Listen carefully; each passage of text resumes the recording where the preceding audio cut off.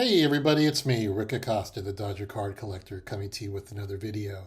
Today is Monday, May 6th, and I feel like I have been away from YouTube for a while. It's been a couple of weeks, and I missed you guys because I enjoy talking to you guys. So, wanted to tell you what's going on in my collection, what's going on in my life. Today's theme is going to be complications, complicated. I am a complicated person, and I'm also, which makes me a complicated collector. And if you've seen me at a card show, you probably figure it out. I drive some people bonkers. But in those complications, I run into things like, what am I going to talk to you guys about on YouTube? What am I going to show? No, nobody wants to see that. Oh, they've seen it before with other guys. So I run into those type of demons when I'm trying to create YouTube, when I'm trying to buy sports cards. But I've been working on some projects outside of the house or out in the house that I definitely needed to do. And I've been working in the backyard a lot. I am currently making a garden for my two departed pets, Lalo and Sadie. And that's something that I'm hoping will look really nice when it's done. I think we're almost there. Probably a few more weeks still, but it'll look nice in my yard. This weekend, I did something for the house that's card related. I had a security system installed. It's one of the things I kind of worry about. I'm going into the office more now these days. Potentially, it looks like I'll be gone 3 days a week. And so I get a little nervous. I don't work close to home and the house is empty all day. So I had a security system installed. Just puts a little bit of peace of mind in there. I've already got nice secure doors. And this isn't just about like my card collection here. I mean, this is about my house. I don't want anything stolen. The world's getting kind of sleazier out there. And I want to make sure that my house is protected. I'm also still holding on to some of my brother's record collections. So definitely happy with the security system, and I'm happy about that. So I was working on that. Now, I was talking to you guys about being complicated, and I have been unfocused on what to talk to you guys about. Sometimes I feel like I run out of ideas, or sometimes I overthink an idea, and some of you will say, that's a great idea. Why don't you talk about it? And it's like, I always just get that way. So I have tried to watch YouTube, and even in watching YouTube, I get kind of, I just sit there and kind of sigh, and I'm like, been there, heard that before. There's about 2 or 3 YouTubers, and I won't name names to not offend anyone. There are 2 or 3 YouTubers that I watch every week, and I love them. And I shake my head yes when I'm watching them. If I could do that for the other 100 subscriber or people I watch, I would. It would be great. But it's just, you have to find a YouTube channel that fits your needs. And I know there are people that look at me and just go, I don't like his stuff, and there are people that might like my stuff. So I like YouTube programs, YouTube channels to talk about collecting and talk about learning. I want to learn what to do on my collection, and YouTube's been a great asset for that. Whether it's learning how to store cards, and it's not just about buying cards or what cards to buy, because I can do that on my own. No offense, I don't need someone to tell me what cards to buy. I'm very well capable of doing that on my own. But I have seen some cards where I go, oh, that's a pretty card. I want to buy that card. But I also want to see how people store their cards and how people display their cards and how people monitor or inventory their cards. To me, that's very important. And that's one thing I think about when I'm looking through YouTube videos. There's a couple of videos out there floating around, because one of the things I'm also on my way to work, I'm trying to find more content to listen to. Since I live in Los Angeles, any of you who have lived in Southern California know how atrocious the traffic is out here. I'm trying to find YouTube programs and podcasts that I can enjoy in the car. So if you have any ideas, please send them my way. I am primarily focused on card collecting, but I have found a couple of guys, and I don't know their names off the top of my head, but I am going to list links after I finish talking. One of them is one of them is Orlando, or A Collector's Dream. He's currently like in part two of he's showing like a history of cards. And I'm about 10 minutes into his second episode, and we're only like up to 1910, so, or 1920, something along those lines. So he has a nice, he just sits there and talks about the history of cards. And there's another collector here, and I'm going to post his links just because I'm forgetting his name. He has so far done two parts. He is doing a history of baseball cards. He talks about a half an hour. The first episode goes from like 1880 to like 1930s. Then he goes from like the 1930s to like 1963, and then I'm waiting for the third part, which will be like 65 to the present day. And they're just interesting to listen to because you just get to hear someone discuss cards as opposed to just showing them. So I have been looking for that type of content. And like I said, I like listening and learning. And I'm looking at notes here just so I'm getting everything down. And then I read my notes and I go, what the heck? But anyway, so I've been doing that. I have been talking about a podcast, of me starting a podcast. And it's, some people have kindly volunteered and they have been written down on my list. And I am one of those. Again, I'm a complicated guy. I need to be pushed off the ledge to start a podcast, and I just haven't gotten around to it. And I know in due time when I'm ready, I will. And I get closer every week to finally hitting up my first guest, and he knows who he is, and just saying if we can make some time. Like I said, others have volunteered, and I'll hit them up. But I'm just one of those guys that kind of like procrastinates or waits till it's right. But if there's something out there that you would like to see me discuss, whether it's on a podcast or whether it's on YouTube, send it my way. Just because there are times when I'm like going, do they really want to look at 1966 Dodger cards or 1973 Top Set or the Kellogg sets? What would you like to see, or what would you like me to talk about? I'd be more than willing to talk to you guys about that. If there's something I know about. Collecting wise, as I said, I'm a complicated guy. It's been slow. I have been working on getting some 1963 cards. I have a Bob Gibson card that's coming from 1963. It came from Chicago, made it to LA on Saturday at 11:30 at night, and by Sunday at 4 a.m. the card was in New York. And I was like, how did that happen? I mean, so my card was literally in Los Angeles, and 5 hours later it was in LA. Kind of reminds me of the time, and I don't know if you guys ever like to look at your eBay when you're tracking on eBay. I once had a guy near San Diego. We'll just say San Diego for clarity. He was somewhere near San Diego. I live about 100 miles from San Diego, and he was going to mail me a card.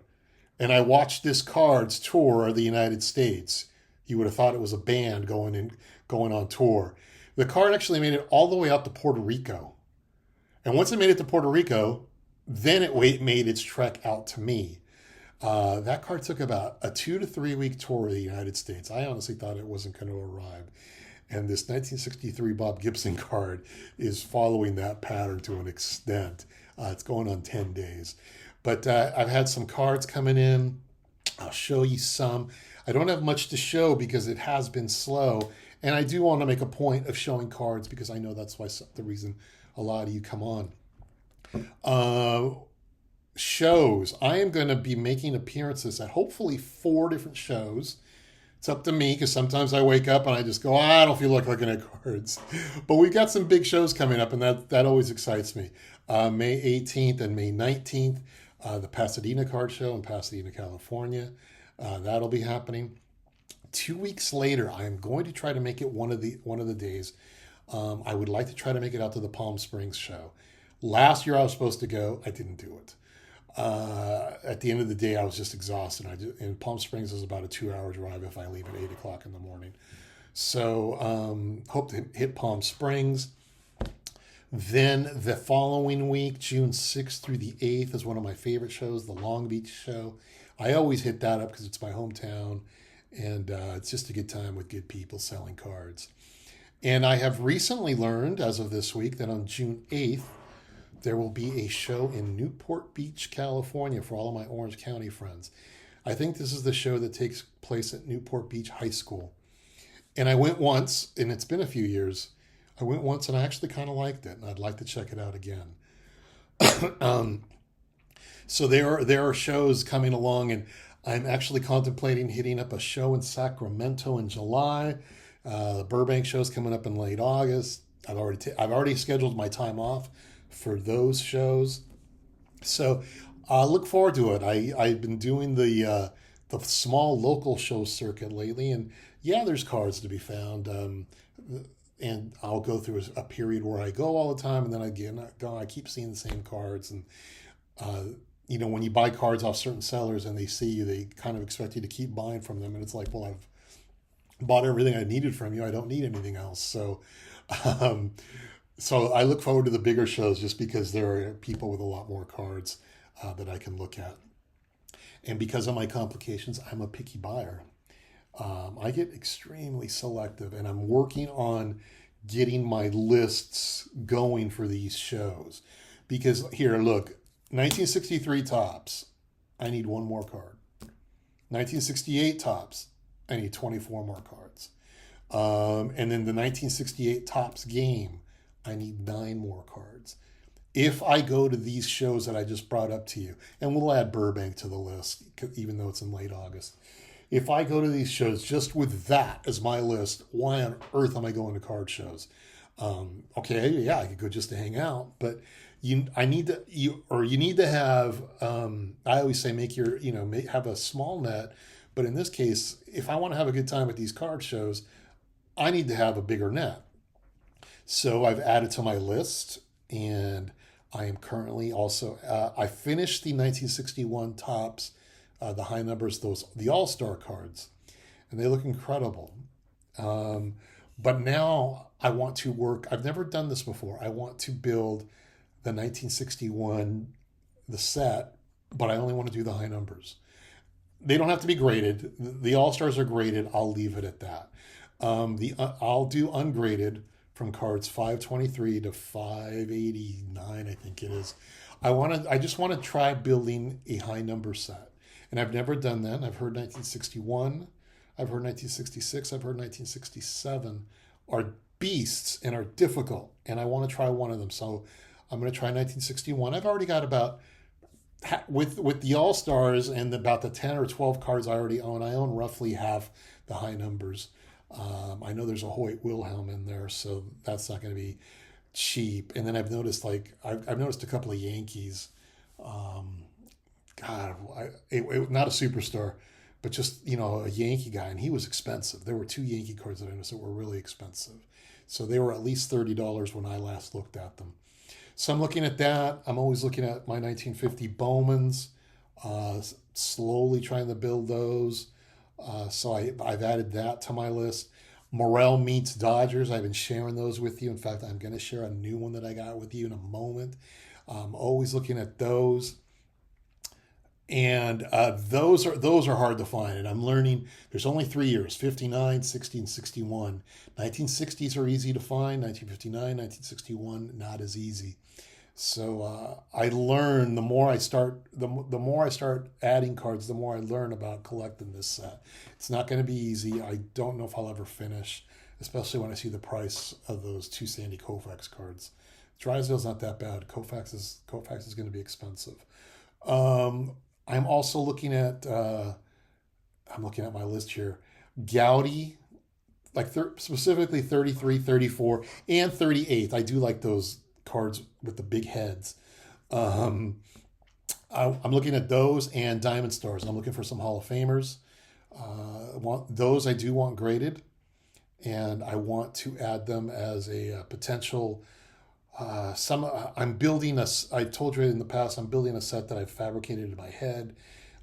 Guys that did not make it onto the 1941 play ball set that should have made it on. There's about 15 or 16 players on there. I've got about half of them. And hopefully someday I hope to finish it and share it with you guys. But yeah, I wanted to catch you guys up on what I'm doing. Uh, and like I say, when I'm complicated, I'm picky. You could see me at a show and I haven't bought a card. Look at one of G's Mikey's videos. It literally took me like 8 hours to find a handful of cards, and that's not a lie. I can be picky, so sometimes it's best when you go into a card show if you feel like buy. I know for me personally, if you want to buy, I need to buy something right away, and then all of a sudden, you kind of get it over with. You're like, all right, I'm ready to do it. But there are times when I'm looking around for hours and don't buy anything. And then finally, like in the fifth hour of being at the show, I buy a card. And then within the next hour, I've bought like 20 other cards. So I think for the strategy for some of these shows um, is to look for cards right away. The Pasadena show, I'm hoping um, to also find these cards from 1963. They're Dodger pop-ups, and they're bigger cards. John Mangini has showed them off. They're like 5x7, maybe bigger, and they kind of remind me of the 1938 Gaudis with those big heads. So I'm looking at possibly getting those. We'll see what happens. But I have talked to you guys enough. Like I said, I'm just a complicated dude trying to buy cards, and I've missed you guys. I love hearing your comments. I'm starting to really appreciate the people that watch all the time and are commenting. I do my damnedest to comment to all of you. But if there's something you want to see, if there's something you want to talk about, just let me know. All right? Okay, I've rambled. It's 15 minutes. It's 16 minutes. I'm sounding awful. Let's show you some cards, all right? I'm going to show you some pickups. All right, so I got maybe 7 to 10 cards to show you. These are all things that have arrived in the past few weeks. Let's take a look. It's been a little slow, but first 3 cards I didn't realize. Wow, I really hit the gauntlet with all these Baltimore Oriole cards. 1968 Topps Brooks Robinson. And just picked this one up on eBay. So that's Brooks Robinson. Coming up next is another Baltimore Oriole, Boog Powell. Definitely one of the stars they don't talk about as much as they do about Frank Robinson or Brooks Robinson or Jim Palmer. Boog Powell had some pretty damn good years with the Orioles as well, including winning the MVP in 1970. That's Boog Powell. And the last pickup from 68 is Frank Robinson. Now, but for 1968, what you're going to notice, or what I'm noticing when I'm doing these cards, these collections, or these building of sets, I am doing primarily ungraded cards for this set. My attitude is by 1968, with the exception of a few cards, which I'll bring up in a moment, there's really no need for me personally to buy graded cards. So guys like Frank Robinson, even Brooks Robinson, that I have bought graded, like for the 1957 cards, let's say, I'm not doing it here. The 68 by 68 for me personally, I feel the luster of Hank Aaron, Willie Mays, even Roberto Clemente. Not as important to have them graded, and they're easier to find graded or ungraded, and they're easier to find cheap. So I think that for me starts from 68. Before 68, I mean, obviously there are exceptions, Mickey Mantle when it comes to players, but before 68, I believe in having graded cards. After 68, I'm kind of like, if I'm building a set, let's try to get them ungraded, unless, like I said, it's a rookie or something like that. So for the 68 set, there are going to be, I believe, 4 exceptions. One being obviously Mickey Mantle. I will buy that card graded. The other would be another Mickey Mantle card in which he appears with Willie Mays and Harmon Killebrew. I would like to get that graded. And then the 2 rookies, Johnny Bench and Nolan Ryan. I definitely want those cards graded. The other cards I will be looking at will be ungraded. So those are my 1968 pickups. I am now down to 24 cards for that set, including the 4 guys that I just mentioned graded that I need. Mantle and Berra, Mantle and then the Mantle Mays Killebrew card along with the 2 rookie guys. I still need guys like Steve Carlton, Don Drysdale, Bob Gibson. I could pick those up hopefully like in the $10, $20 range. We'll see. So 1963, this card has been the biggest pain in the butt that I've ever encountered in one of my sets. And this is a 1963 Tom Trush. Now, as one of my commentators said to me in a video several weeks ago, this is a single print card. And it's not a high number, but it's a semi-high. And for 1963, it's a little harder to get these cards. This card, personally, I found Willie Mays graded. I found Willie Stargell graded. I found Mickey Mantle graded and bought before I was able to buy this card. And it wasn't like I was trying, but I couldn't find it for a good price. On eBay, it seemed like everybody wanted $20, $30, and I'm like going, I'm trying to get this card for like under 10, and it didn't work that way, but I did get it between 10 and 20. But I'm finally happy to pick up this Tom Trush card from 1963. Here's a guy I would have liked to have seen had he stayed healthy and had the Yankees consistently kept that dynasty going. What would have happened to this guy? Because I kind of like this guy, and I'd kind of like to hear more about his story. He put up some solid numbers in the 60s. He goes relatively unnoticed, in my opinion, but I'm not a Yankee aficionado who follows up everything, but just from an outsider's perspective, I'd like to see this guy get a little bit more attention. Would like to know more about him. But here he is, 1963 Tom Trush. And I'll give you my 63 stats in a moment. Some other pickups. Now the rest here are graded. 1951 Bowman, Elroy Crazy Legs Hirsch. So my pursuit of Los Angeles Rams cards from the 1950, 1951, and potentially 1949 continues. I've only got like 4 or 5 cards, but I thought this was a great card. And I love the logo. I love the Rams uniforms, the yellow background. These are just nice football cards. I really like the way the Rams come off in this set. So that's Elroy Crazy Legs Hirsch. Next pickup, I was able to pick up a 1960 Morel Meats cards of Johnny Padres. And I've been starting to show these a lot more recently just because I'm starting to pick a few up. But these were made from 1959 to 1961. And I am learning that the 1960 cards are the easiest ones to find. And if you look at my inventory, five of my cards are from 1960. One of them is from 1961. The 60s are more readily available graded compared to the other 2 years by a lot. So I'm noticing on eBay that I'm finding these frequently in 1960.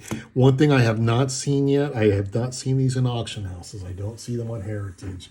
I don't see them on Robert Edwards. Maybe I will going forward because I'm paying a little bit more attention. But I'd like to finish at least a 1-year set would be nice. 1959 and 1960 both have 12 cards. 1961 has 6. And for 1960, I have 5 of them, 3 of them ungraded, 2 of them graded. So that's Morel Meats, Johnny Padres. And my last pickup for 1963 is going to be Willie Stargell, rookie card. And this one, this was a fun one to pick up. I happened to get a good deal on it. And somebody, I think I won it in an auction. It's been a few weeks, so I just haven't shared it with you guys. So I don't even remember much history here. But with this 1963 Stargell and with the 63 Trash, this leaves me down. I have I need 3 cards. 2 of them are on the way. Bob Gibson and Lou Brock are on their way, and I'm hoping they'll be here in the next few days. And that'll leave me with Roberto Clemente as the last card for that set. So that's something I'm hoping to pick up at one of these shows that I mentioned to you earlier. We'll see if I can get them for a good deal. And then not recent pickups, but I did want to share, it's his birthday today. So Willie Mays, happy birthday, Willie Mays. I believe you are turning 63 years old today. Let's put the 63 in the middle. So I wanted to show off 3 of my favorite Willie Mays cards. And these, I love the All Stars cards from 1961. You've heard me talk about them a few times. Love that card. Do not like his regular base card from 61. No, he's got no cap. He just looks sad. You can't even tell what team he plays on. Looks like he got traded to the Cubs or something. The next card is one of my favorites from the 1960s, and that's his 1963 card. And I picked that up several months ago. And then my last card I've had for several years, and it's arguably my favorite, and that's the 1965 card. And he won the MVP that year. The first time and I know that because the first time I ever saw this card was on the 1975 Topps MVPs, the subset. I saw this card. The same pose was used in 1968. I don't like that. I am not a fan of that, or the 69 card. So in building the 68 set, Willie Mays is one of the cards I need. I will buy that card ungraded just because I don't feel I need it graded. But I wanted to say happy birthday to Willie Mays, arguably the greatest baseball player that we've ever seen. I believe he is turning 93 today. Happy birthday, Willie. But if you stuck around this long through all my ranting, if you want to call it that, or my diatribe, and showing off some cards, thanks so much. And we'll talk to you guys soon. Take care. It's a beautiful day.